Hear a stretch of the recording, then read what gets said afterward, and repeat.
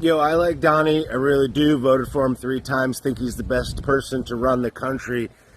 But this is not helpful, dog. This was posted on Donnie's Truth Social yesterday. This is Biden's stock market, not Trump. I didn't take over until the tariffs will soon start kicking in. Our country will boom. We'll have to get rid of the Biden overhang. This will take a while. Has nothing to do with tariffs.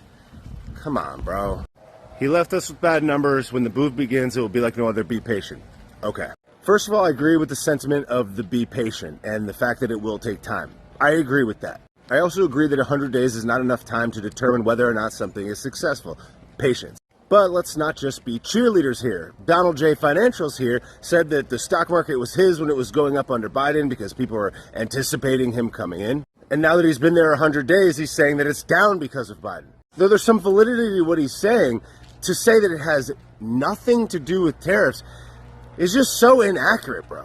Like, you can literally track the plummeting in the stock market directly after the mention of tariffs, the day the tariffs were announced, every single time they were brought up. It has everything to do with tariffs, dude. And it's not completely that, because I understand that the economy or the stock market is not as good as people pretended like it was under Biden. They goosed a lot of their job numbers by hiring federal employees and people getting second and third jobs. They goosed a lot of the GDP numbers by just squandering money on government positions and government contracts. So it's safe to say that the general economy has not been great as a result of Biden. But asset prices did inflate because of all the inflation, which is why most of the reason why the stock market continued to go up. But also, the stock market always goes up. Let's not forget that. But it's just counterproductive to say when there's 4 months until you get into office that the stock market is yours, but then also that 100 days after you get into office that the stock market is Biden's. It's just giving fuel to these like leftoid soggy types that are pointing out something that is just clearly bad messaging. And what people just fail to understand is, like, you can like Donnie, vote for Donnie, believe in some, if not most of the things that he's doing, while also being free and reasonable to criticize the things that he's doing that are bad. Because whether anybody wants to admit it or not, the last 30 days or so has been, some of the stuff that they've been doing and saying has been really hard to defend. And even though I believe in what the decision that we made, I certainly don't regret my vote. And I think that politicians and whatever are imperfect, and certainly there's some time that's necessary to settle in to get things going in the right direction.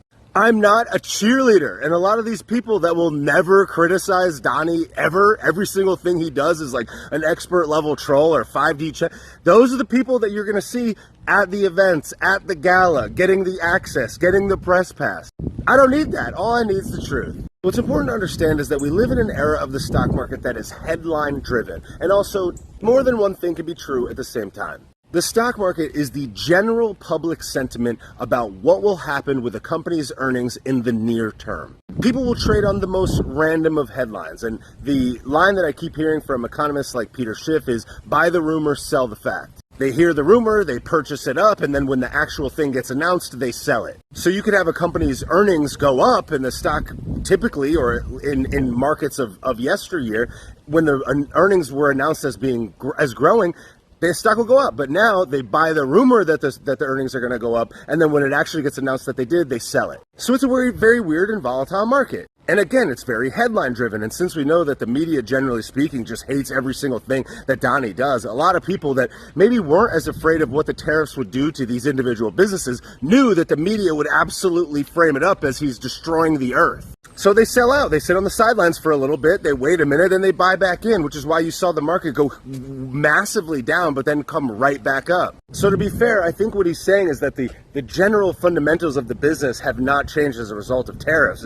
It's the bad economy that Biden left us with before, which is valid. But I think the one thing that the right really fails to do is adequately message what they're trying to say. Their communication skills are often very poor. So though what he's saying is fundamentally true in certain ways, and I understand why he would frame it that way, it doesn't make sense to the average person, and it's just cannon fodder for the left. And for someone like myself that generally can understand what he's saying, it's like, it shouldn't be the job of the public to decipher what you're saying. You should go out of your way to be very, very clear about what you're saying. And making like an overarching statement, like a 10,000 foot statement, like it has nothing to do with tariffs. It's like, What has nothing to do with tariffs? Because what the average person reads there is the stock market is down, it has nothing to do with tariffs. That's what you're saying. Now look, I'm not going to offer a criticism without offering a solution. So here's what I would suggest that this message could have been. He could have shared the specific fundamentals and details about the economy that were failing under Biden and all of the bad things that ultimately need to be fixed. He could have connected those things with what the result will be once they get turned around and the potential that it would have on things like the stock market. Then he could have said something like, investing in America has always proved to be fruitful for our citizens and the success of our nation. The people who choose to bank on America and invest in America will certainly prosper in the long term. I hope that would be one of you. That would have worked, but that message that he posted didn't land. That's all. Not a cheerleader, just making a suggestion. Beware of anybody who fails to criticize the people that they support. Just saying.